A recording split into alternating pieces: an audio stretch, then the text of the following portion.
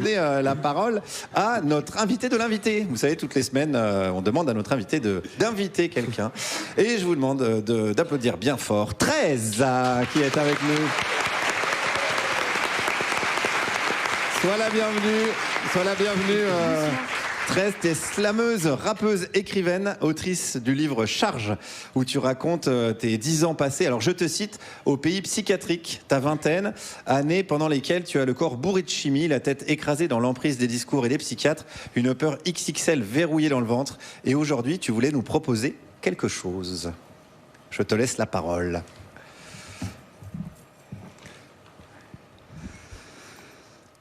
Adab. Elle m'a contactée pour m'inviter à venir parler de psychiatrie en tant que survivante. Ça a pris tout mon corps. Je m'en souviens encore comme si c'était tout à l'heure. C'est la toute première fois depuis que Charge est sorti. La première fois que quelqu'un sait et me dit que j'ai survécu. Et pourtant, c'est tout raconté dans mon bouquin. Alors ça m'a mis les larmes. Elles sont sorties directement.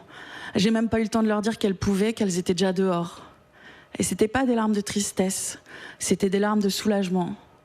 Une forme de reconnaissance qui répare un quelque chose, quelque part, à l'intérieur. Puis le jour est là et on y est.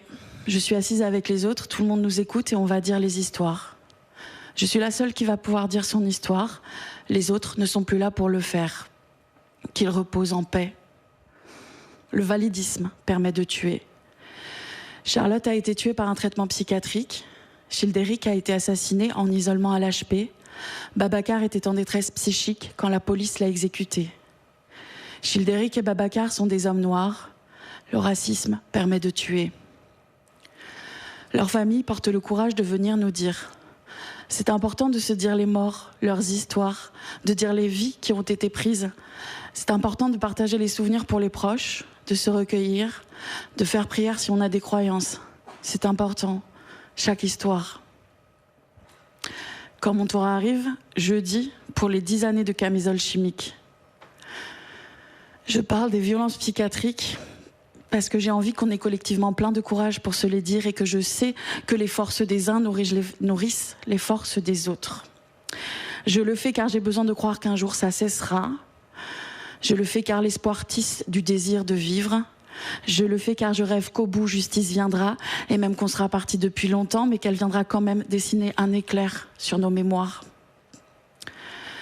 Les survivants des violences psychiatriques n'ont pas assez de récits. À vrai dire, on n'est pas assez nombreux pour les faire car plein d'entre nous sont morts ou enfermés ou défoncés de médoc ou dans l'emprise médicale. J'y étais 10 années, je connais bien le sujet. C'est pour ça que je viens dire mon histoire.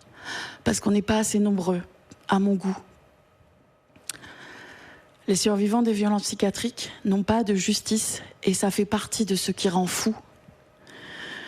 Les violences psychiatriques sont des violences d'État, tout est organisé pour, depuis les pouvoirs qui sont donnés par la loi aux médecins jusqu'à l'absence totale de sanctions qui viendraient limiter les abus, en passant par les gros profits des labos pharmaceutiques, jusqu'aux experts de mon cul sur la commode qui viennent parler de nos vécus sans rien en connaître. Vous avez remarqué qu'on dit le corps médical, c'est parce qu'ils font bloc, tous ensemble. Ils se couvrent et ne se dénoncent jamais. Ils font un seul corps, tous ensemble. Nous, en face, on n'a chacun que le nôtre de corps. J'ai raconté les 10 années au pays psychiatrique, mais je dis jamais rien des séquelles. Pourtant, elles sont là, dans ma vie, comme un vieux papier peint sur un mur. Elles ont été bien collées de partout à l'époque. Elles me font manquer d'air et la déco est glauque. Elle se décolle, par endroits, je pars en lambeaux. J'ai des alus, ça fait des mois, ça va, ça vient, ça perturbe ma vision, ça me fatigue.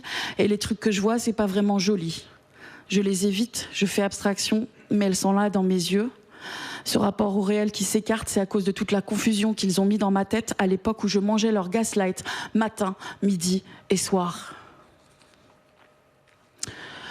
Je fais encore des crises de claustrophobie 9 ans après. Ça, c'est à cause de la camisole, quand il avait réussi à m'enfermer dans mon corps avec son ordonnance. Je supporte plus aucune contrainte si je la comprends pas. Ça complique l'accès aux soins. Et c'est à cause des médocs que je devais me forcer à prendre quand il m'avait dit d'être obéissante. Et que je l'avais fait d'obéir parce qu'ils avaient menacé de m'électrochoquer le cerveau si je le faisais pas. J'ai des crises de pleurs à cause des viols et je dois faire attention dans les situations où il y a du monde, car si on me touche, je me sens agressée et que ça peut glisser vers un délire de persécution. Ça, c'est parce qu'au pays psychiatrique, en 10 ans, personne n'a jamais eu l'intention de me soigner des violences sexuelles. Et pourtant, à mon arrivée, j'avais 20 ans et déjà une liste à présenter. Ces pleurs-là, c'est pas des pleurs de tristesse non plus. Les pleurs de tristesse, ils soulagent quand on les laisse couler, alors que ceux-là, c'est ceux qu'on crache, c'est les pleurs de détresse, ceux qui font du mal en sortant et qui s'arrêtent pas. Voilà quelques exemples. Pourtant, moi, j'aime rire. J'ai l'imaginaire heureux. Je suis si douce avec ce que j'aime. N'empêche, il y a ces séquelles dans ma vie. Tous ces limbeaux. Alors que personne n'oublie, quand on vient dire les violences psychiatriques, qu'il faut protéger nos paroles à tout prix parce qu'elles ne tiennent qu'à un fil. Que personne n'oublie qu'en face, ce ne sont pas des aléas, ce sont des violences d'État, et que tout le monde garde bien en tête que ces violences médicales sont organisées. Les médecins voient et se taisent. Je n'ai jamais entendu aucun médecin témoigner contre un de ses collègues pour des violences commises sur un patient. Et vous ?